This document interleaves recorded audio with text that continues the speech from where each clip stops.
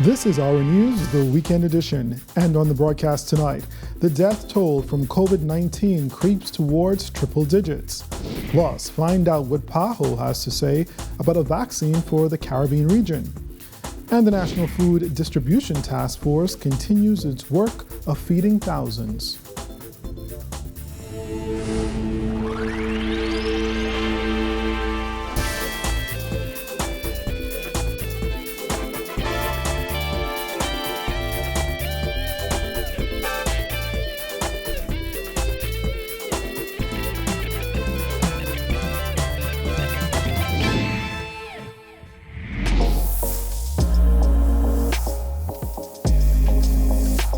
Our News is brought to you by Alive.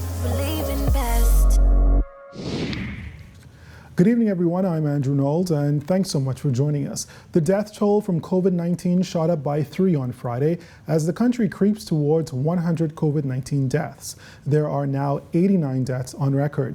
The latest victims are a 71-year-old female and a 73-year-old male of New Providence who died on Friday, and a 33-year-old man of New Providence who passed away on September 19th. An additional death is also under investigation, bringing that number to 13. The Ministry of Health confirming 91 additional cases yesterday. Of that number, 85 are on New Providence, 2 on Grand Bahama, 1 each on Abaco and Exuma, and 2 cases pending location. The running tally of COVID infections now stands at 3,790 cases. Hospitalized cases have decreased by 3 to 87, and 37 additional people have recovered, bringing the total number of recoveries to 1,999. Nearly 19,000 tests have been completed. Meantime, the Ministry of Health's headquarters are meeting in Augusta streets, undergoing a deep cleaning and sanitization today. According to the Cabinet Office, the measure comes after a staff member tested positive for COVID-19. However, we're told the staff member has not been into work since Thursday, September 17th. Contact tracing is underway by the surveillance unit to determine the level of exposure to all employees. Regular operations are expected to resume on Monday. A male cyclist was found dead on Coral Harbor Road around 7 this morning. And tonight, police are appealing for the public's assistance in locating the driver behind the early morning hit-and-run accident. Police Press Liaison Officer Assistant Superintendent Audley Peters says a cyclist was hit from behind by a vehicle that left the scene. The victim, who appears to be between the ages of 65 and 75, was found with injuries to the face. Police are also advising cyclists, whether traversing the roads in the day or night, to take the necessary precautions by wearing reflective gear and ensuring your bike is outfitted with lights or reflectors.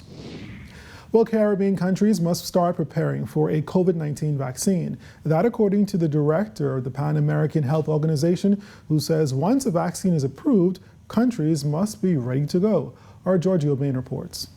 Director of the Pan American Health Organization, Dr. Carissa Edian, is calling on countries in the Caribbean region to be ready for early vaccination in an effort to curb the growing number of infections and deaths associated with the COVID-19 virus. The truth is, countries cannot wait to have all of the answers before they start planning and preparing to deliver a COVID vaccine.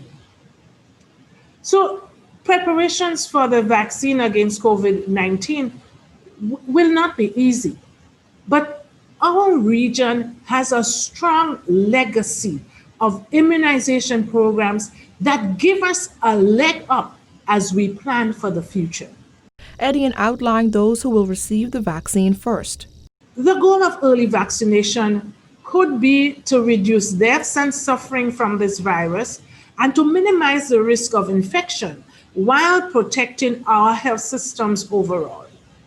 And that is why it is recommended that frontline health workers, first responders, and those caring for the elderly would be vaccinated first, followed by vulnerable groups such as adults with pre-existing conditions, especially those over 65 years of age. Edian said PAHO is ramping up efforts to find a vaccine for the virus, and currently over 200 vaccine candidates are being examined. Today, nearly 200 vaccine candidates are being studied. And we hope that one or more of these will prove to be effective. But then again, there is no guarantee. Early vaccines may only provide partial protection or may not work for everyone. We don't yet know which vaccine will be found safe and effective and how it will work. But we do know that if we don't prepare now, we will miss the opportunity to benefit from it quickly. Reporting for Our News Weekend Edition, I'm Georgie O'Bain. Amid economic uncertainty caused by the COVID-19 pandemic, Immigration Minister Ellsworth Johnson says the government is not looking to issue any new work permits except under urgent circumstances. We're working closely with labor. I've met with a company just recently, and we told the company that, and we are reinforcing the fact that there are a lot of persons that are out of work, and unless you can't find that skilled labor, and or in the alternative, your heads of agreement say that your director and these other persons should come, we're scrutinizing all those applications. Johnson added that the government's long-standing policy is that qualified Bahamians who are available to do the work will be given first priority for any new job opportunities. However, he insisted Bahamians need to learn to enhance their job skills. In terms of our skills training, we have to improve on that too, because we're receiving a lot of complaints that everybody with a hammer is not a carpenter. And so we're having that difficulty in the community too. The National Food Distribution Task Force is continuing its work of distributing food parcels and grocery coupons. The program, which has been extended through the end of October, helps thousands of people. Hundreds of packages were given out from the Goodwill Church of God to those in need. For 16 weeks now, we've been working with Lend a Hand Bahamas, who has partnered with the National Feeding Program that the government has put in place. And so we assemble here twice a week, Wednesday and Fridays from 9 a.m. to about 3 p.m. And what we're doing is we are giving out bags. They're full of various items, for example, your non-perishable items, your rice, your sugar, your flour, cornflakes.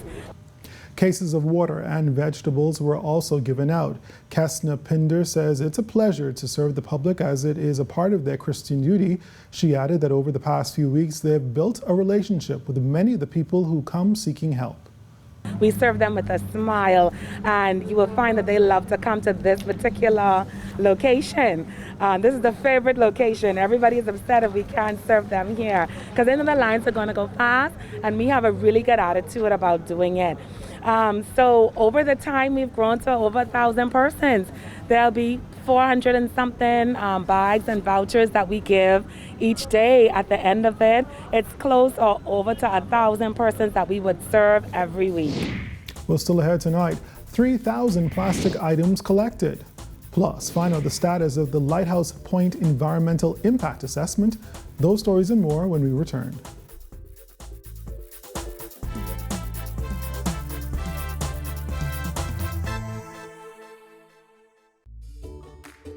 Our world has changed. Many businesses have been closed for months with little or no access to their customers until now. Rev Media can help you remain connected to your customers. Our trusted customized advertising packages and personalized consultants will provide your business with immeasurable support during this challenging time. Your customers are already watching.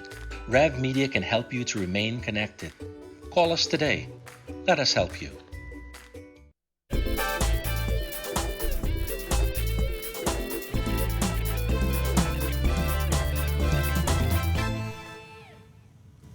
Since the plastic ban came into effect in July, thousands of plastic items have been collected by the Department of Environmental Health, according to Environment Minister Ramal Ferreira.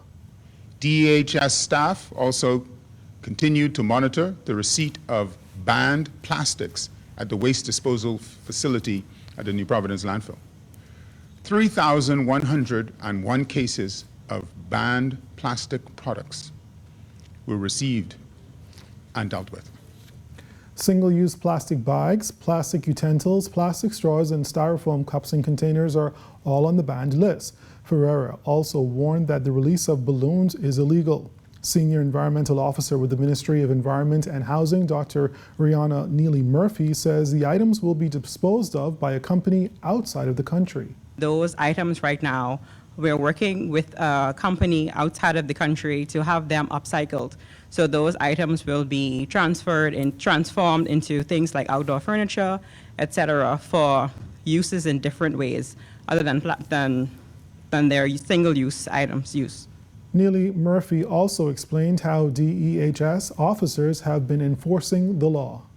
There are officers, environmental and environmental health officers, that have been equipped with our form of notice books, and you will see them going around the country issuing notices to companies that are found with plastic bags or any of the banned items, and giving them a period of time to become in compliance. We have started that work, and that work will continue until we find that all stores, all businesses have been in compliance with the legislation.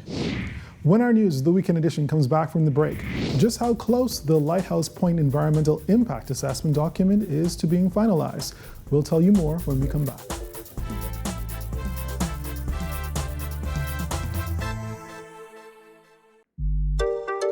Happy Foods, Happy Foods, 242, 242, Happy Foods, 242, food galore just for you. Happy Food, 242, food galore just for you. This ain't no talking show, it's an eating show. Sasha Laurel is the host of Happy Foods, 242, food galore just for you. Happy Foods, 242, food.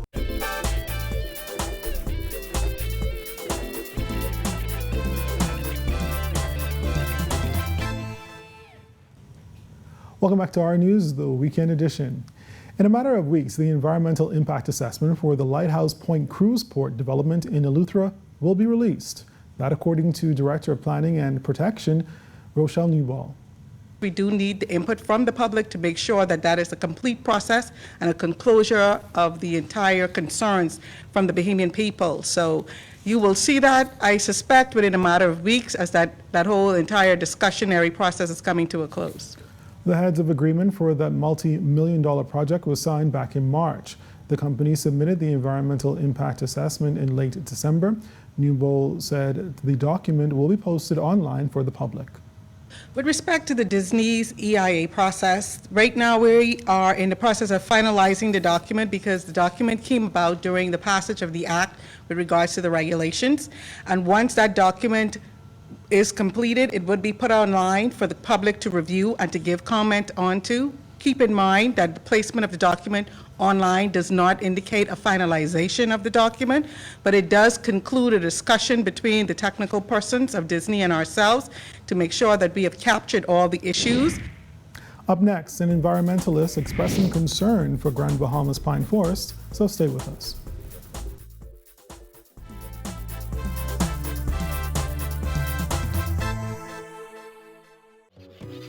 Catch Gunmay Kids on Saturdays at 8:30 a.m.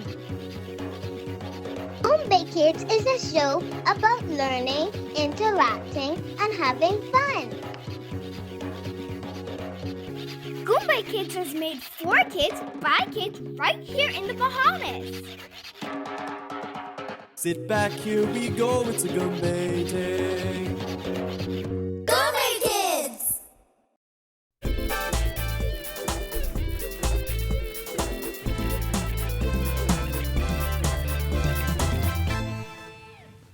A local environmentalist is expressing concern over the fate of pine forests on Grand Bahama. Waterkeepers Bahamas Executive Director Rashima Ingram says after the Equinor oil spill during Hurricane Dorian, the way the cleanup was conducted may have halted the reproductive process for those pine trees.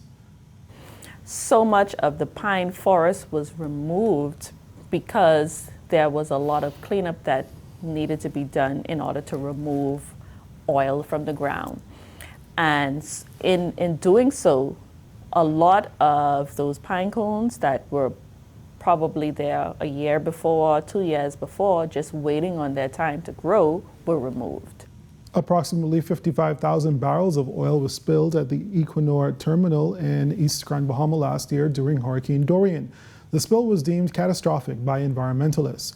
While cleanup is still underway and has slowed because of the pandemic, it's the removal of key things like pine cones that is proving detrimental to the reproduction of the pine forests. If you don't have them in place, they won't be able to receive, first of all, the signal that it's time to grow.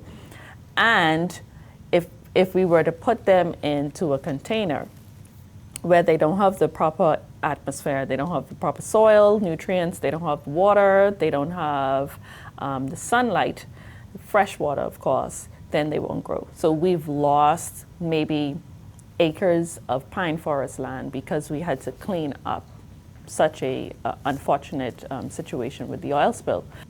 Well, that's Look at Stories making news this evening, but stay tuned. Our extended weather forecast is coming right up.